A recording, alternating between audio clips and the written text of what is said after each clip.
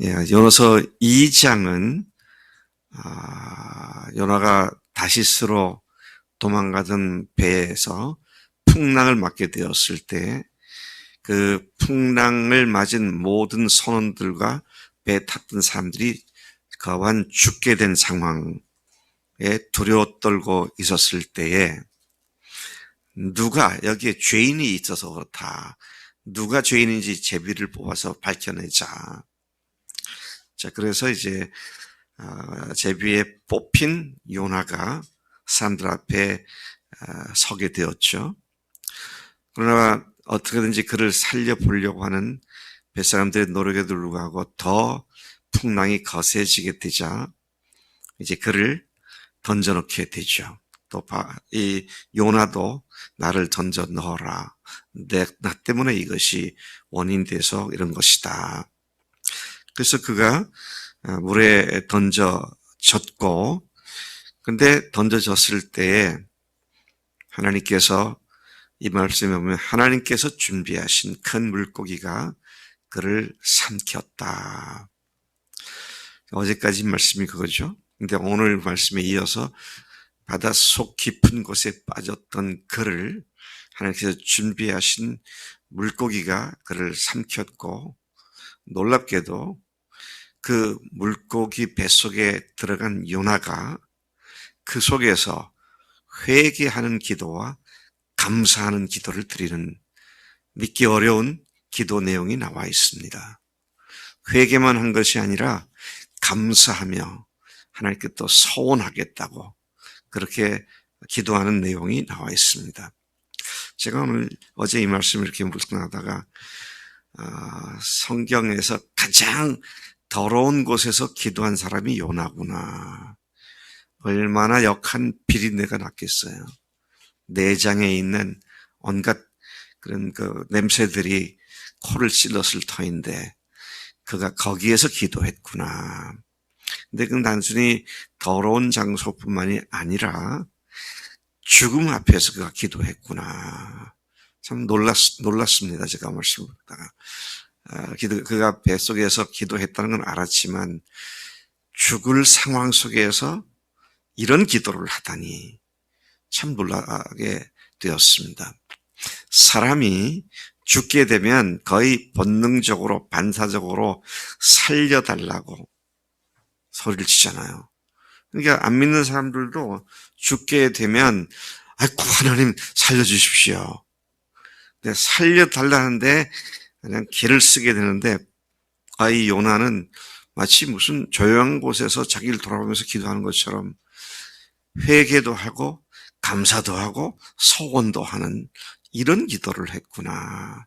참 놀라지 않을 수 없었습니다. 자, 1절부터 다시 한번 보겠습니다. 요나가 물고기 뱃속에서 그의 하나님 여호와께 기도를 했다. 물고기 뱃속에서 기도를 드리겠다고 생각한 그 자체가 참으로 놀랍습니다. 아마도 그는 선지자였으니까 거의 반사적으로 그렇게 했을 수도 있었겠다. 그런 생각을 합니다만은 그런데 그것이 자연스러운 일이라고만은 보기에는 어려운 일이라고 생각합니다. 물론 사람들은 위기에 처하면 살려달라고 기도하게 되지만 오늘 그의 기도 내용을 들어보면 그런 종류의 기도를 지나서 놀라운 감사 기도와 소원까지 하는 것을 보게 됩니다. 2절에 보니까 그 내용을 구체적으로 보면 첫째, 그는 고난 가운데 물고기 뱃속에서 부르짖는 자신의 기도를 하나님께서 대답하시고 들으셨음을 확신하며 기도를 시작했다는 겁니다. 내가 받는 고난으로 말미암아 여호와께 불러 아뢰었더니 주께서 내게 대답하셨고 내가 소울의 뱃속에서 부르짖었더니 주께서 내 음성을 들으셨나이다. 여러분 지금 이 말씀은 뱃속에서 나온 뒤에 감사 기도를 드린 게 아니잖아요.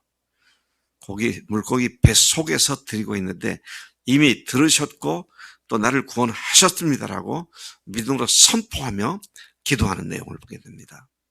참 놀랍다는 생각을 합니다. 또 두 번째 그의 기도 내용을 보면 3절에서 6절까지인데요. 그는 그렇게 된 것이 하나님의 징계임을 알고 있었습니다. 내가 하나님께 지금 징계를 받는구나. 니느웨로 가라고 하셨는데 다시스로 도망치다가 내가 이 상황을 맞이했구나. 그가 계속 말합니다. 주께서 나를 깊음 속 바닥 가운데 던지셨으므로. 자, 보세요. 제 같으면 아마 그랬어요. 사람들이 나를 깊은 바닷속에 던졌으나 그렇게 했었는데 주께서 나를 깊은 바닷속에 던지셨다. 모든 일을 철저히 주님의 주권하에 이루어짐을 믿고 그렇게 고백하고 있는 이야기인 것을 보게 되죠. 여러분 혹시 어려운 일을 당할 때 주께서 나를 지금 이 고난 가운데 두셨구나 그렇게 생각을 하십니까? 아무 개 때문에 내가 이 모양 이 꼴이 됐어. 주변과 상황과 사람들을 원망하고 있습니까?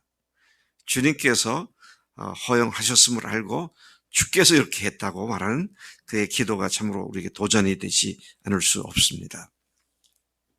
그래서 큰 물이 나를 둘렀고 주의 파도와 큰 물결이 다 내 위에 넘쳤나이다. 완전히 물속에 물 깊은 곳에 빠진 자의 외침이죠. 4절도 그는 자신이 주의 목전에서 쫓겨났다고 인식하며 기도하고 있는 것입니다. 주님의 안전에서 목전에서 쫓겨났다고. 그는 그가 당하고 있는 고난과 고통을 철저히 겪고 그것 때문에 고난을 당하고 있음을 알고 고백을 했습니다. 주님께 쫓겨난 내가 이런 고난을 당한다. 5절 물이 나를 영혼까지 둘러싸우며 깊음이 나를 에워싸고 바다 풀이 내 머리를 감쌌나이다. 여러분 물속에 빠져 깊은 곳에 내려 가라앉기 시작하는 요나의 모습을 생각할 수 있습니까? 풀이, 바다 풀이, 미역이나 다시마나 많은 해초들이 그의 머리를 휘감는 그런 장면을 지금 연상해 보게 되는데 또 내가 산의 뿌리까지 내려갔사오며 산의 뿌리가 바다에 있잖아요. 바다에서부터 쭉 올라와서 이제 산이 바깥으로 올라오는 것처럼 그 밑바닥까지 내려갔으며 땅이 그 빗장으로 나를 오랫도록 막았사오나 땅이 빗장으로 막아서 땅이 올라가지 못하게 만든 상황을 얘기하는 것이죠. 또 그가 그렇게 자기의 잘못 때문에 당하고 있는 걸 인식하는 기도를 했을 뿐만 4절 이하에 보면 4절 하반절에 보면 세 번째 그가 기도한 내용이 나옵니다. 다시 주의 성전을 바라보겠다고. 다시 주의 성전을 바라보겠다 하였나이다. 그는 사망의 고통 가운데서 바로 그 고통 한복판에서 다시 주의 성전을 바라보겠다고 했습니다. 여기에 바울의 믿음의 기초가 보이죠. 믿음의 근거가 뿌리가 보입니다. 그 깊은 곳에 하나님의 벌을 받고 내려갔던 그 자리에서 하나님을 원망하거나 환경을 탓하지 않고 주의 성전을 바라본다고. 주님이 계신 곳을 향하여 눈을 들고 하나님께 도움을 구하는, 하나님 앞에 회개하는 그런 모습을 이렇게 표현하고 있는 것을 보게 되죠. 문자 그대로 죽음의 자리에 던져져서 고통을 당하지만 그 가운데에서 주의 성전을, 그 성전에 계신 그 하나님을 바라보겠다는 그의 관심의 초점을 우리가 여기서 보게 되는 것입니다. 주님을 찾지 못할 경우는 하나도 없습니다. 이런 곳에서 주님을 찾았다면 주님 찾을 수 없는 장소란 세상에 아무데도 없습니다. 모든 상황과 처지와 형편에서도 언제나 주님을 찾고 주님께 기도하는 것만이 그분을 주인으로, 주님으로 모시고 살아가는 우리들의 마땅한 자세다 하는 것이죠. 그는 아직 물고기에게 삼킨 바 되었지만 여전히 죽지 않고 살아있음을 뭐라고 얘기합니까? 여호와여 주께서 내 생명을 구덩이에서 건지셨나이다. 아마 이 요나도 참 놀랐을 것 같아요. 물고기 뱃속에 삼켜 어두운 깜깜한 곳에 삼켜 들어갔는데 죽지 않고 있는 자신의 모습을 보면서 굉장히 놀라지 않았을까 생각을 합니다. 내 생명을 구덩이에서 건지셨나이다. 7절부터 9절까지 그는 그 고통 가운데에서 자기 영혼이 그 속에서 피곤했지만 그 가운데서 여호와를 생각했더니 그랬습니다. 그 가운데서 여호와를 생각했다 그랬습니다. 이 상황과 형편 속에서 하나님을 생각했더니 그 기도가 주님께 들려졌고 주의 성전까지 전달되었다고 감사하는 그런 기도를 하죠. 제가 이 뱃속에서의 기도의 하이라이트가 바로 이 부분이구나. 주님 앞에 회개도 하고 주님께서 자기를 살려주셔서 놀라움과 감사함을 갖고 오셨지만 그러나 감사의 기도로 자기가 서운한 것을 다 지키겠다고 결단하는 그의 모습을 보고 참으로 놀랍습니다. 9절이 하고 있죠. 감사하는 목소리로 주께 제사를 드리며 나의 서운을 반드시 주께 갚겠나이다면서 구원은 여호와께 속했음을 고백하는 것입니다. 그래서 여러분 우리가 종종 그런 말 하잖아요. 구원은 주께 속했습니다. 바로 이 요나가 한 기도의 말이죠. 구원은 여호와께 속했습니다.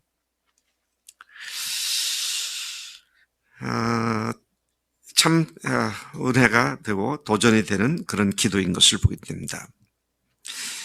참된 믿음은 사망의 그림자가 아무리 짙게 들였다 할지라도 여러분 생각해 보세요.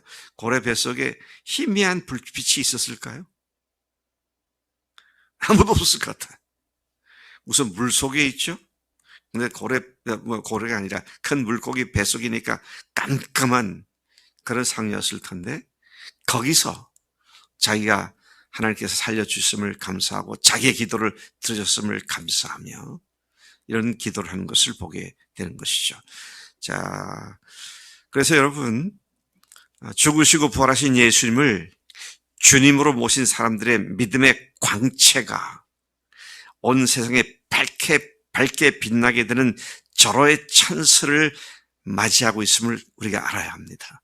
우리 속에 있는 복음의 광채가 날로 더욱더 어두워져가는 세상 속에 더 찬란하게 더 아주 밝게 빛날 수 있는 기회를 우리가 맞고 있다.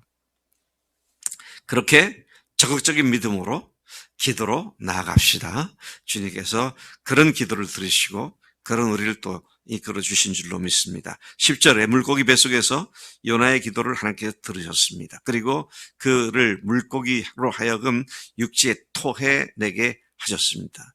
여호와께서 그 물고기에게 말씀하시매.